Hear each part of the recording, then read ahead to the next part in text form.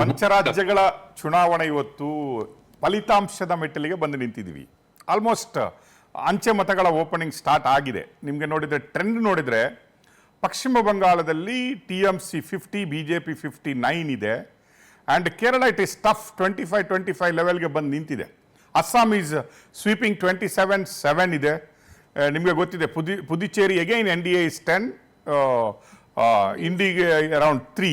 Okay, ಅದಕ್ಕಿಂತ ಮುಂಚೆ ನನ್ನ ಕೆಲವು ಕ್ವಶನ್ಗಳು ನಿಮಗೆ, ನೀವು ರಾಜಕಾರಣಗಳನ್ನು ಮತ್ತು ವಿಶ್ಲೇಷಣೆಗಳನ್ನು ಹಲವಾರು ದಶಕಗಳಿಂದ ಮಾಡ್ಕೊಂಡು ಬಂದವರು.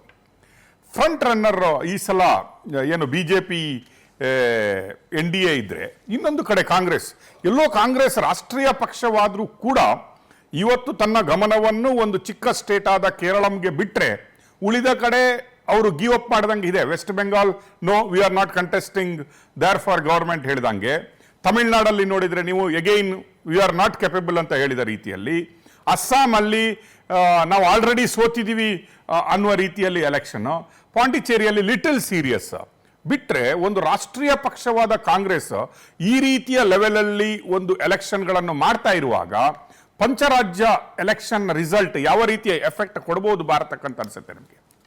ಒಂದು, ಈ ಬಾರಿಯ 5 ರಾಜ್ಯಗಳ ಚುನಾವಣೆ ಇಂಡಿಯನ್ ಡೆಮಾಕ್ರಸಿಯ ಸ್ವರೂಪವನ್ನ ತೀರ್ಮಾನ ಮಾಡುತ್ತೆ. ಬರುವ ದಿನಗಳಲ್ಲಿ ಭಾರತೀಯ ಪ್ರಜಾಸತ್ತೆಯ ಸ್ವರೂಪ ಹೇಗಿರುತ್ತೆ ಅನ್ನೋದನ್ನ ತೀರ್ಮಾನ ಮಾಡುತ್ತೆ. ಅದರಲ್ಲೂ ಸ್ಪೆಷಲ್ ಇಂಟೆನ್ಸಿವ್ ರಿವಿಷನ್ ಬಂದ ಬಳಿಕ ಅದು ಹೇಗೆ ಬಳಕೆ ಆಗುತ್ತೆ ಮತ್ತು ಹೇಗೆ ಅದು ಮಾನದಂಡದ ಜೊತೆಗೆ ಅದು ರಿಸಲ್ಟ್ ನ ಹೇಗೆ ಚೇಂಜ್ ಮಾಡುತ್ತೆ. SIR ರಿಸಲ್ಟ್ ನ ಚೇಂಜ್ ಮಾಡೋದ್ರಲ್ಲಿ SIR ನ ಪಾತ್ರ ಏನು ಅನ್ನೋದು ಕೂಡ ಈಗ ಸಾಕಷ್ಟು ಚರ್ಚೆಗೆ ಒಳಗಾಗ್ತಿದೆ. ಇದು ಒಂದು ಭಾಗ. ಎರಡನೇದು, ಕಾಂಗ್ರೆಸ್ಸಿಗೆ ಅದು ಅಸ್ತಿತ್ವದ ಪ್ರಶ್ನೆ.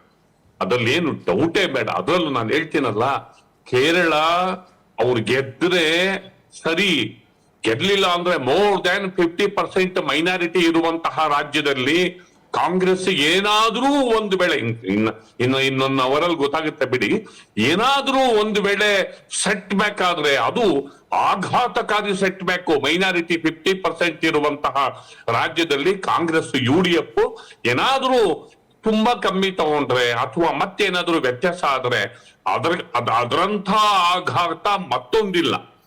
ವೆಸ್ಟ್ ಬೆಂಗಾಳು, ತಾವ್ ಹೇಳ್ದಂಗೆ ಅಸ್ಸಾಮು ಅವರೆಲ್ಲ ಸ್ವೀಕೃತವಾಗಿದೆ.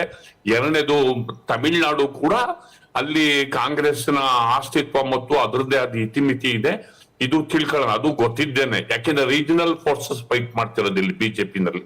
ಎಲ್ಲಿ ವೆಸ್ಟ್ ಬೆಂಗಾಲ್ ಅಲ್ಲಿ ರೀಜನಲ್ ಪಾರ್ಟಿ, ತಮಿಳ್ನಾಡಲ್ಲಿ ರೀಜನಲ್ ಪಾರ್ಟಿ, ಈವನ್ ಇದರಲ್ಲಿ ಕೇರಳದಲ್ಲೂ ಕೂಡ communist party, regional party reduce ಆಗಿದೆ.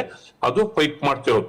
ಹೀಗಾಗಿ ಕಾಂಗ್ರೆಸ್ ಅಲ್ಲಲ್ಲಿ ಸ್ವಲ್ಪ ಇಣಕ್ ಬಂದು ಹೋಗ್ಬೇಕೆ ಹೊರತು ಅದಕ್ಕೆ ಹೆಚ್ಚು ಅಸ್ತಿತ್ವ ಮತ್ತು ಇಂಪಾರ್ಟೆನ್ಸ್ ಅನ್ನ ಪಡ್ಕೊಂಡಿಲ್ಲ. ಎಲ್ಲೋ ಮಾರ್ಜಿನ್ ಅಲ್ಲಿ 1000-2000ದಲ್ಲಿ ನೆಕ್ ಟು ನೆಕ್ ಹೋದಂತ ಸಂದರ್ಭದಲ್ಲಿ ಅಲಯನ್ಸ್ ಪಾರ್ಟ್ನರ್ಸ್ಗೆ ಕಾಂಗ್ರೆಸ್ ಮತಗಳು ಬಿದ್ರೆ ಅಲ್ಲಿ ಸಹಾಯ ಆಗುವಂತಹ ಪರಿಸ್ಥಿತಿ. ಕಮ್ಯುನಿಸ್ಟ್ ಪಾರ್ಟಿಗೆ ಅಲ್ಲಿ ಪರಾಭವ ಹೊಂದಿದ್ರೆ ಕೇರಳದಲ್ಲಿ ಭಾರತ ರಾಜಕೀಯ ಭೂಪಟದ ರಾಜಕೀಯ ನಕಾಶೆಯಿಂದ ಕಮ್ಯುನಿಸ್ಟ್ ಪಾರ್ಟಿ ಕಂಪ್ಲೀಟ್ ಆಗಿ ಮಾಯ ಆಗುತ್ತೆ. ಕಂಪ್ಲೀಟ್ ಆಗಿ ಅಧಿಕಾರ ರಾಜಕಾರಣದಿಂದ ಅದು ಮಾಯ ಆಗುತ್ತೆ ಅನ್ನೋದು that is one of the significance. ಅದು ಬಿಟ್ಟು ಪಶ್ಚಿಮ ಬಂಗಾಳ ಅದು ಒಂದು ರೀತಿಯಲ್ಲಿ ಭಾರತ ಪ್ರಜಾಸತ್ತೆಯ ಮೇಲೆ ದೊಡ್ಡ ಮಟ್ಟದಲ್ಲಿ ಪರಿಣಾಮ ಬೀರುವಂತಹ ರಿಸಲ್ಟ್ ಅನ್ನ ಅದು ಕೊಡ್ತಾ ಇದೆ, ಅದು ಕೊಡುತ್ತೆ.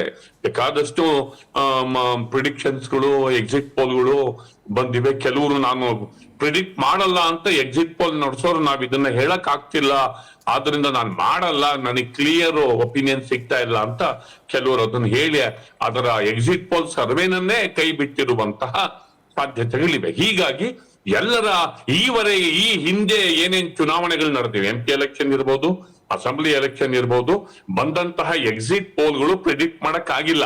ಎಕ್ಸಿಟ್ ಪೋಲ್ಗಳಲ್ಲಿ ಬಂದಿದ್ದೇ ಒಂದು, ರಿಸಲ್ಟ್ ಹೊಡೆದಾಗ ಅದು ಬಂದಿದ್ದೆ ಮತ್ತೊಂದು.